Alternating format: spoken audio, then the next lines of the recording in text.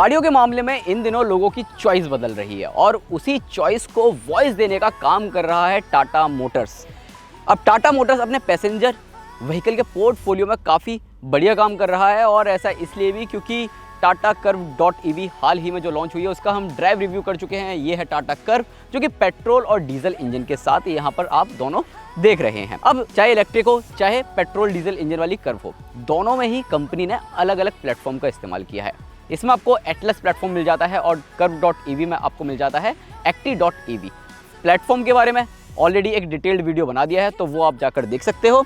लेकिन अब petrol engine के साथ गाड़ी की परफॉर्मेंस कैसी है, डीजल इंजन के साथ परफॉर्मेंस कैसी है, वो हम आपको इस वीडियो में बताएंगे। साथ ही साथ डिज़ाइन के मामले में टाटा कर्व आपको कैसी नज़र आती है, खासकर इसका जो आइस पावर्ड वर्जन है वो कैसा नज़र आता है, वो भी हम आपको इस वीडियो में बताएंगे। तो दोस्तों, मैं हूं अंकित दुबे और आज आपको मिलने वाला है टाटा कर्व पेट्रोल और डीजल का फर्स्ट ड्राइव रिव्यू।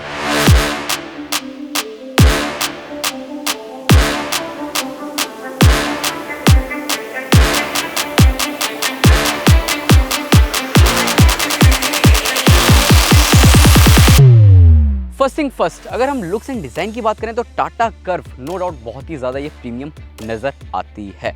नेक्सॉन का बड़ा भाई आपको ये नज़र आएगा और साथ ही साथ DRLs देखेंगे तो कनेक्टेड है और सिक्वेंशियल टर्न इंडिकेटर्स मिल जाते हैं। पियानो ब्लैक फिनिश के साथ ये जो गोल्डन कलर का ट्रीटमेंट है इस गाड़ी के लुक को और ज़्यादा इन्हेंस करता है, साथ ही साथ काफ़ी ज़्यादा प्रीमियम भी बनाता है। बाकी LED प्रोजेक्टर हेडलाइट मिल जाती है, फॉग लाइट मिल जाती है और इस गाड़ी में आपको एडास लेवल के फीचर्स मिलते हैं। तो ऐसे में ऊपर की तरफ कैमरा है, नीचे की तरफ रेडार है। रेडार जो है वो लोअर जो ग्रिल है उसके यहाँ पर साइड में आपको मिल जाता है। ऐसा इसलिए क्योंकि साइड में जो इंटीग्रेट किया गया है काफ़ी सीमलेस तरीके से कंपनी ने डिज़ाइन किया है और बेसिकली रेडार पर ना कोई भी मेटल वगैरह का यूज़ नहीं करते हैं। तो ये डिज़ाइन जो आप देख रहे हैं ये इस गाड़ी के लुक को ख़राब नहीं करता है बल्कि और ज़्यादा क्लीन बनाता है। बाकी आगे की तरफ आपको पार्किंग सेंसर्स मिल जाते हैं। अब देखो, फ्रंट जो डिज़ाइन है, लुक है, वो नो डाउट आपको काफ़ी ज़्यादा प्यारा नज़र आता है। लेकिन यहाँ पर भी ना फिट एंड फिनिश आपको उस लेवल की नहीं मिलती जिस लेवल की आपको Hyundai क्रेटा में मिल जाती है। ऐसा इसलिए क्योंकि साइड वगैरह में अगर आप देखेंगे तो ये जो बम्पर है यहाँ पर ये कुछ इस तरीके की आवाज़ आती है, थोड़ा सा बाहर निकला हुआ है। मतलब फिट एंड फिनिश ये जो क्वालिटी है ये थोड़ी सी और बेहतर हो सकती थी। बाकी साइड प्रोफाइल अगर आप देखेंगे 18 इंच के एलॉय व्हील्स, डिज़ाइन बहुत ही ज़बरदस्त है, flush door handles, coupe-ish roof line और piano black finish no doubt इस गाड़ी को बहुत ही ज़बरदस्त लुक देते हैं। हालांकि पियानो ब्लैक फिनिश का ना एक नेगेटिव पॉइंट ये भी है कि अगर आप बारिश जैसे मौसम में चलाएंगे या फिर थोड़ी सी गंदी सड़कों पर या गंदे इलाके में चला लेते हैं तो जो मिट्टी वगैरह है वो पियानो ब्लैक फिनिश पे चिपक जाती है, तो वहाँ पर गाड़ी थोड़ी सी गंदी नज़र आती है। मतलब आपको साफ वो चिपकी हुई कीचड़, जो चिपकी हुई मिट्टी है वो नज़र आती है। बाकी ऑल एंड ऑल लुक के मामले में नो डाउट कहीं से कोई दिक्कत नहीं है। रियर प्रोफाइल भी अगर आप देखेंगे तो पूरी तरह लैम्बोर्गिनी उरुस जैसा नज़र आता है। LED टेल लाइट, बम्पर बहुत ही ज़बरदस्त इस गाड़ी में नज़र आता है और कूपेश रूफ लाइन है तो गाड़ी पूरी तरह आपको महंगी लग्जरी कार वाला लुक देती हुई नज़र आती है।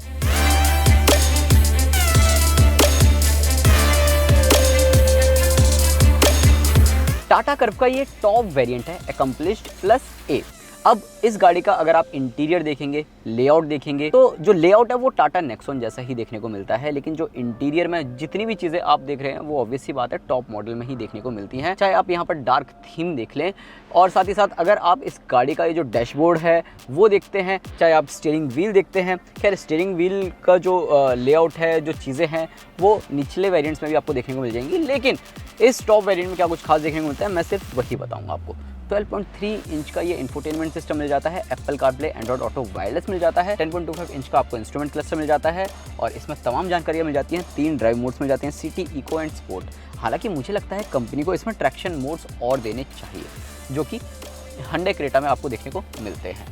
और ये जो इंस्ट्रूमेंट क्लस्टर है और जो इंफोटेनमेंट सिस्टम है इन्हें आपस में काफ़ी बढ़िया तरीके से इंटीग्रेट किया गया है। आप काफ़ी सारे फीचर्स अच्छे से एक्सेस कर सकते हैं, जैसे कि आपको टर्न इंडिकेटर्स वगैरह ऑन करना है और उसमें जो कैमरा है उसे आप इंफोटेनमेंट सिस्टम में करना है या इंस्ट्रूमेंट क्लस्टर में करना है वो आप कर सकते हैं। गूगल मैप अगर आप चला रहे हैं, दोनों पर आप मैप देखना चाहते हैं तो वो आप देख सकते हैं, या फिर एप्पल का मैप चला रहे हैं वो भी आपको दोनों में देखने को मिल जाता है। बाकी डैशबोर्ड पर अगर आप देखेंगे, देखो 3 आपको अलग अलग टेक्सचर देखने को मिल जाते हैं। ऊपर की तरफ हार्ड प्लास्टिक है और यहाँ पर ये अलग टेक्सचर है, बीच में आपको ये अलग टेक्सचर देखने को मिल जाता है, सिल्वर फिनिश आपको देखने को मिल जाती है।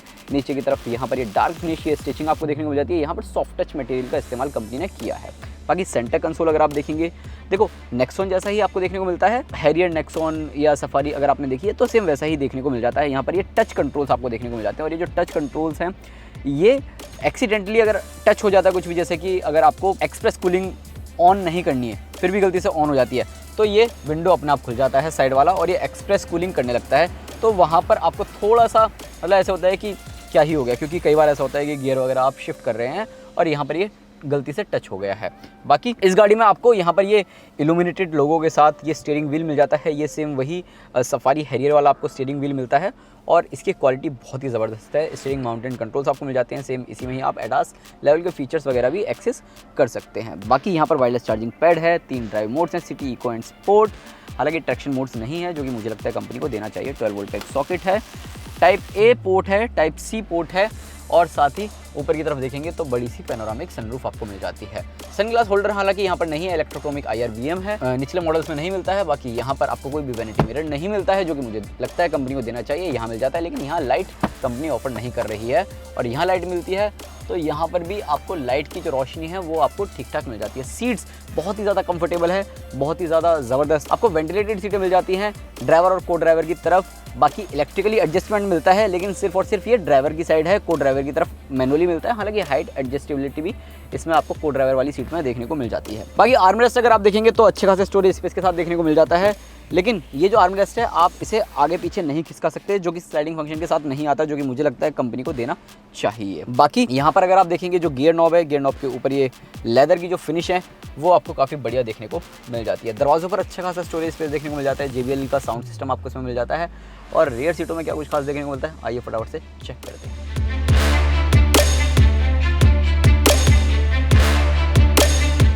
टाटा कर्व के अगर आप रियर सीटों पर आते हैं तो यहाँ पर आपको अच्छा खासा लेग रूम बढ़िया है, हेड रूम बढ़िया है, और साथ ही साथ अंडरनीथ थाई सपोर्ट भी आपको अच्छा खासा देखने को मिल जाता है।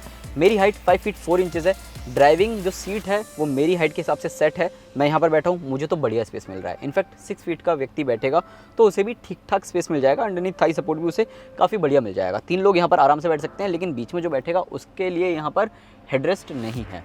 साथ ही 2 लोग बैठेंगे तो आर्मरेस्ट है, 2 कप होल्डर्स मिल जाते हैं, लेकिन कप होल्डर्स का साइज़ थोड़ा और बड़ा होता तो ज़्यादा बेहतर होता।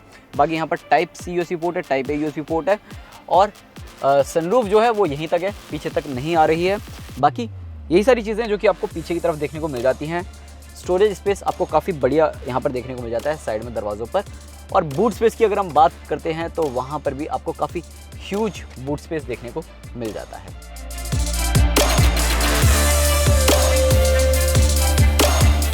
टाटा कर्व में आपको 3 इंजन ऑप्शंस मिल जाते हैं, और साथ ही 2 ट्रांसमिशन ऑप्शंस, यानी कि एक मैनुअल और दूसरा DCA।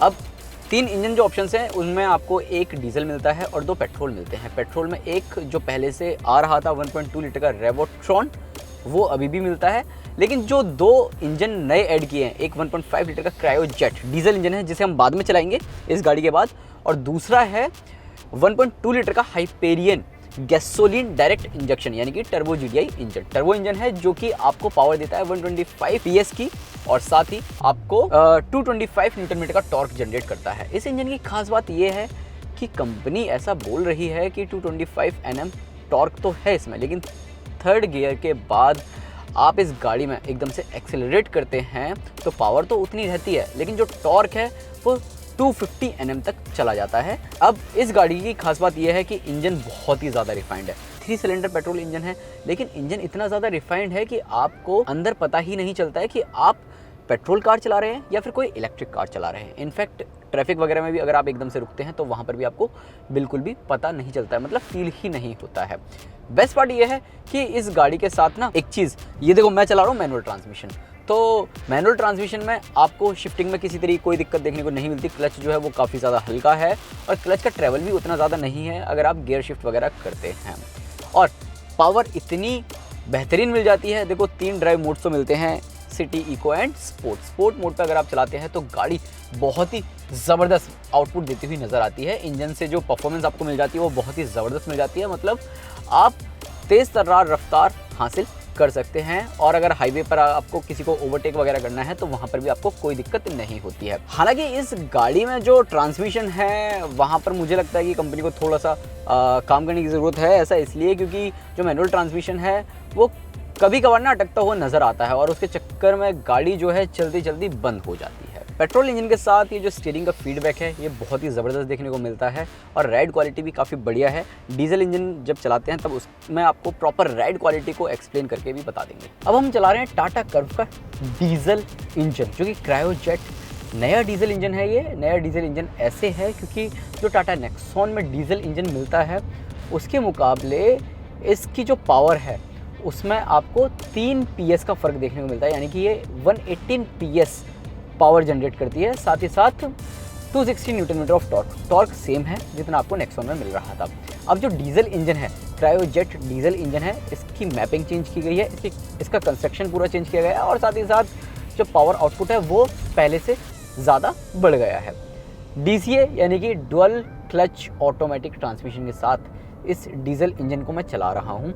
कोई भी टॉर्क कन्वर्टर नहीं है, तो ऐसे में जो DCA ट्रांसमिशन है उसके साथ ये जो डीजल इंजन है नो डाउट काफ़ी बेहतर काम करता हुआ नज़र आता है। आपको किसी तरह की कोई दिक्कत नहीं होती है। अगर आप डीजल इंजन के साथ इस गाड़ी को स्टार्ट करते हैं तो ऑब्वियस सी बात है गाड़ी के बाहर आपको बहुत ज़्यादा शोर सुनाई देता है। मतलब इंजन जो है उतना ज़्यादा रिफाइंड देखने को नहीं मिलता है। गाड़ी के बाहर इंजन का शोर बहुत ज़्यादा आता है, लेकिन गाड़ी के अंदर जैसे ही आप बैठते हैं इंसुलेशन पर बहुत ही अच्छा काम किया है टाटा मोटर्स ने। और गाड़ी के अंदर अगर आप बैठकर गाड़ी चला रहे हैं तो आपको इंजन की जो नॉइज़ है वो कम से कम आती है। मतलब जितनी कम टाटा मोटर्स कर सकती थी अपनी कर्व के साथ इस डीजल इंजन वेरिएंट में, वो काफ़ी बेहतरीन तरीके से कंपनी ने की है और आपको कम से कम डीजल इंजन की जो नॉइज़ है वो आती है। DCA ट्रांसमिशन है, काफ़ी बढ़िया काम करता है, किसी तरीके की कोई दिक्कत नहीं होती है। अगेन 3 ड्राइव मोड्स मिल जाते हैं जिस तरीके से पेट्रोल इंजन के साथ आपको देखने को मिलती हैं, और स्पोर्ट मोड पर ये जो डीजल इंजन है ये काफ़ी बेहतरीन परफॉर्मेंस देता हुआ नज़र आता है। इनफैक्ट अगर आप इंक्लाइन पर चला रहे होते हैं तो भी आपको किसी तरह की कोई दिक्कत नहीं होती है। गियर शिफ्टिंग में भी आपको कहीं पर भी कुछ भी लैग देखने को नहीं मिलता है। बेस्ट पार्ट तो यह है कि डीजल इंजन पेट्रोल के मुकाबले थोड़े भारी होते हैं, तो स्टीयरिंग में भी आपको थोड़ा सा भारीपन देखने को मिल जाता है, लेकिन steering feedback no doubt diesel engine का भी आपको बहुत ही ज़बरदस्त देखने को मिलता है। अब बात कर लेते हैं दोनों ही गाड़ियों की driving dynamics and ride quality को लेकर। देखो, ड्राइविंग डायनामिक्स के मामले में दोनों ही गाड़ियाँ आपको काफ़ी ज़्यादा खुश करती हैं, और राइड क्वालिटी की बात करें तो राइड क्वालिटी में भी आप निराश नहीं होते हैं। छोटे मोटे गड्ढे काफ़ी अच्छे से टाटा कर्व टैकल करती हुई नज़र आती है, चाहे आप पेट्रोल चला रहे हो चाहे आप डीजल चला रहे हो। इनफैक्ट अगर आप ऑफ रोडिंग करते हैं तो ये गाड़ी आपको काफ़ी बढ़िया परफॉर्मेंस देती हुई नज़र आती है। हालांकि ट्रैक्शन छोड़ती हुई मुझे ये नज़र आती है, ऐसा इसलिए क्योंकि अगर आप थोड़ी सी मतलब रेतीली सड़कों पर चला रहे हैं या फिर ऐसी सड़कों पर चला रहे हैं जहाँ पर ट्रैक्शन कम से कम है, तो वहाँ पर मुझे लगता है कि टाटा मोटर्स को थोड़ा सा काम करने की ज़रूरत है। टायर्स ट्रैक्शन छोड़ते हुए नज़र आ रहे हैं। बाकी approach angle, departure angle, ground clearance इतना ज़्यादा बढ़िया है कि आप ऑफ रोडिंग करेंगे आप वहाँ पर खुश रहेंगे ही रहेंगे।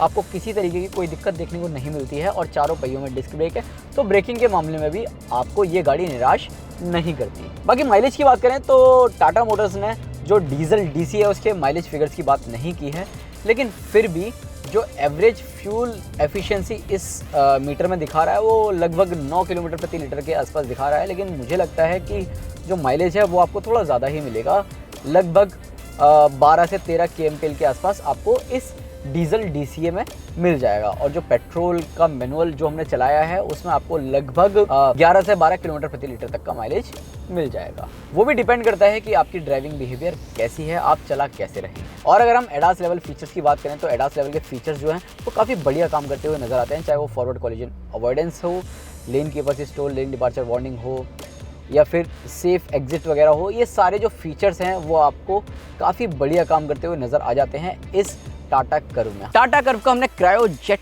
डीजल DCA ट्रांसमिशन के साथ चला लिया, हाइपेरियन जो कि टर्बो पेट्रोल इंजन है मैनुअल ट्रांसमिशन के साथ चला लिया। दोनों ही गाड़ियों की जो परफॉर्मेंस है उसके बारे में हमने आपको बता दिया। शुरुआती कीमत 10 लाख रुपए है, 19 लाख रुपए एक्स शोरूम तक जाती है। टॉप वेरिएंट की कीमत 4 पर्सोनाज में आती है और मल्टीपल वेरिएंट्स आपको इसमें देखने को मिल जाते हैं लगभग 34 के आसपास। अब इस कीमत के लिहाज से ये गाड़ी वाकई फ़ायदे का सौदा साबित हो सकती है। अब देखा जाए तो डिज़ाइन के मामले में नो डाउट आपको बहुत ही ज़बरदस्त ये नज़र आती है। बिल्कुल यूनिक डिज़ाइन आपको देखने को मिल जाता है। प्रॉपर जैसे आपको महंगी लग्जरी कार्स होती हैं वैसा कुछ डिज़ाइन आपको देखने को मिल जाता है। देसी लंबोर्गिनी उरुस आप कह सकते हैं। फीचर रिच है, एडास लेवल के फीचर्स भी आपको इसमें मिल जाते हैं और कंफर्ट वाइज भी अगर आप देखेंगे तो गाड़ी बहुत ही ज़्यादा बढ़िया है। परफॉर्मेंस में भी आपको निराश नहीं करती है कार। ओवरऑल आप बताओ आपका क्या कहना है टाटा कर्व को लेकर। हालांकि थोड़े बहुत जो फिट एंड फिनिश है उसमें कंपनी और काम करती तो और ज़्यादा बेहतर होता। वीडियो पसंद आया हो तो लाइक करें, अपने उन दोस्तों को भी ये वीडियो ज़रूर शेयर करें जो कि जानना चाहते हैं, देखना चाहते हैं कि टाटा कर्व में क्या कुछ खास देखने को मिलता है और टाटा कर्व चलाने के दौरान किस तरीके से परफॉर्म करती हुई नज़र आती है। चैनल पर पहली बार आए हैं तो सब्सक्राइब करना ना भूलें।